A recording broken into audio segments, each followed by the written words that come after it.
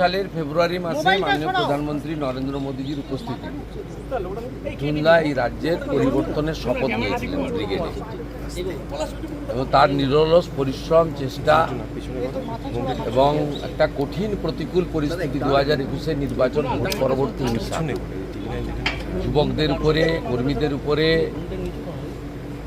রাষ্ট্রবাদীদের উপরে আক্রমণ, ঘরছাড়া হওয়া, সব থেকে শুরু করে শেষের এই যে তার লড়াই সংগ্রাম স্বপ্নের বৃত্ত, তিনি গত 9 তারিখে অর্থাৎ গত শনিবার মাননীয় প্রধানমন্ত্রীর উপস্থিতিতে মহামহিম রাজ্যপালের দ্বারা ভারতীয় জনতা পার্টির প্রথম সরকারের মুখ্যমন্ত্রী এবং মন্ত্রিসভার শপথের মধ্য দিয়ে তার স্বপ্ন পূরণ হয়েছে। এই ব্যক্তিটি অত্যন্ত নিঃস্বার্থভাবে পশ্চিমবাংলার গত 15 বছরের যে বিপর্যয়, সেই জায়গা থেকে বাংলাকে বাঁচানোর জন্য, পশ্চিমবাংলার হিতগৌরব ফিরিয়ে আনার জন্য এবং এখানকার রাষ্ট্রবাদীদেরকে বাঁচানোর জন্য, বিশেষ করে মা, বোন, দিদি, কন্যা, তাদের সুরক্ষিত করার জন্য তিনি নিরলস চেষ্টা করেছেন। ঐকান্তিক প্রয়াস ছিল, তার পরিশ্রমের কোনো সীমা ছিল না।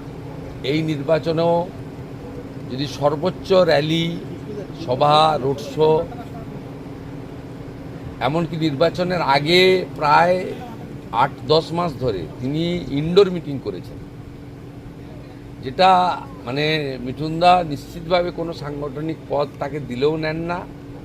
এনইসির মেম্বার তিনি, জাতীয়, সেটা সম্মান জানিয়ে বিজেপি করেছে, কিন্তু তিনি মাইক্রো লেভেলেও কাজ করেছেন গত প্রায় 1 বছর ধরে। আর এই লাস্ট 3-4 মাস পরিবর্তন যাত্রা বা তার আগে পরে ওনার সভার তো কোনো সংখ্যা নেই।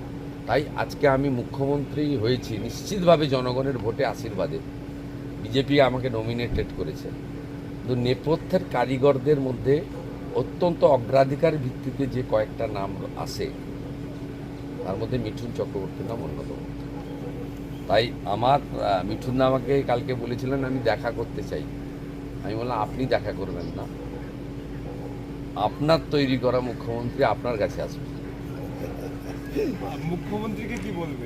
আমি একটাই কথা বলবো, সবাইকে বলছি, এর থেকে ভালো মুখ্যমন্ত্রী পশ্চিমবঙ্গে হতে পারে না। যে মুহূর্তে উনি শপথ নিয়েছেন তারপর থেকে কাজ করছে, আপনারা দেখুন। আপনাকে গ্যারান্টি দিয়ে বলছি, এর থেকে ভালো মুখ্যমন্ত্রী পশ্চিমবঙ্গে হতে পারে না। উই আর অল ব্লেসড, আমরা শুভেন্দু অধিকারী সাহেবকে মুখ্যমন্ত্রী হিসাবে পেয়েছি।